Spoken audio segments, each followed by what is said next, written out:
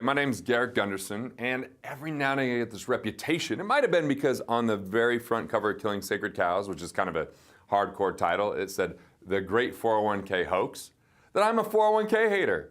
Okay, it's not just 401ks, it's simple IRAs, Sep IRAs, RSPs for our Canadian friends. It's any government qualified plan that has us merely defer tax because I don't know what taxes are going to be in the future. The US alone has $20 trillion of debt right now. How do they pay for that? Through taxation. What happens if you make more money in the future, which hopefully you do, have less tax deductions because maybe your kids have left the home and they're not tax deductible anymore, or even if they're too old still living at home, you don't get to write them off like you used to, right?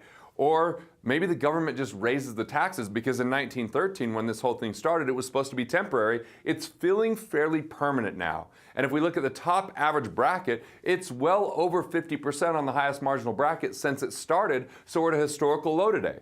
So what do you do, or how do you handle these 401ks?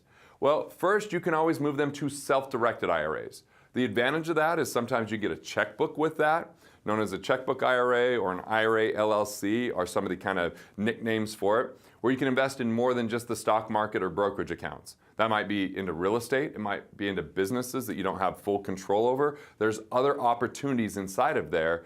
That would be one thing. Second would be a rescue strategy. A rescue strategy is you can move to a Roth for one time as an exclusion. Now, some of you might make too much money to contribute new distributions or contributions to a Roth, but you can convert your old qualified plans to a Roth one time. That is going to trigger a tax.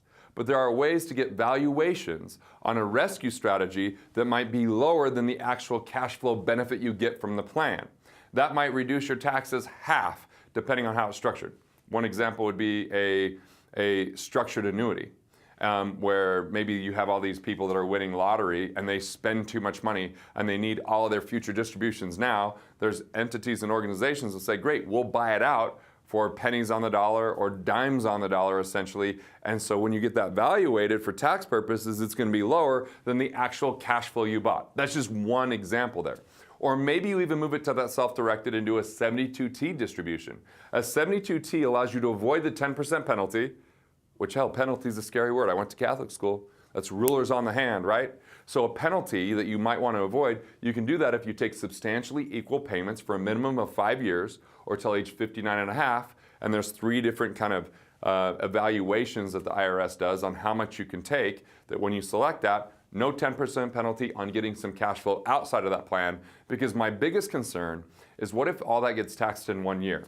Sure, there's things called stretch IRAs, which you can pass it on for generations without triggering the tax in one given year, but how do you eventually benefit or utilize that money?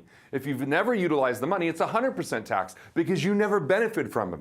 If you lock the money away because you hate tax today, you think it's a tax advantage and deduction, it's just pre-tax money that you delay and you pay tax in the future. Now, some people believe, well, I'm accumulating more money. Yes, but so is the government. If taxes remain the same, you'll end up with the net amount as if you put it in a Roth or if you put it in a pre-tax traditional IRA.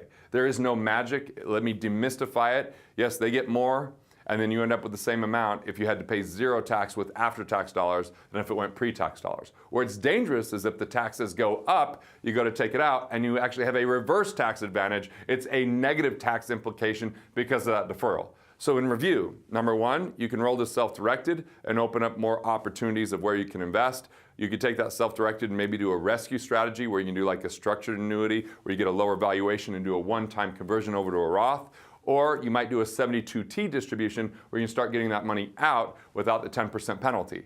But first and foremost, if you have any high interest rate loans, stop funding these retirement plans and pay off high interest rate loans. That is a guaranteed savings that's going to boost your cash flow. Invest first and foremost in yourself if you're not sure where you're invested, how you're benefiting from it, what your exit strategy is, or how you're going to get to that tax efficiently. Increase your financial IQ so you're better equipped. And if you want to learn more, you can always go to wealthfactory.com/megakit. We've got amazing resources there for you that we can put in your hands so that you go, how do I implement Garrett's talking about? That's going to build a bridge of great content, information, and resources. And later on, you may choose to even hire us or work with us to do some of the support, but I wanted to add value to you right from the beginning.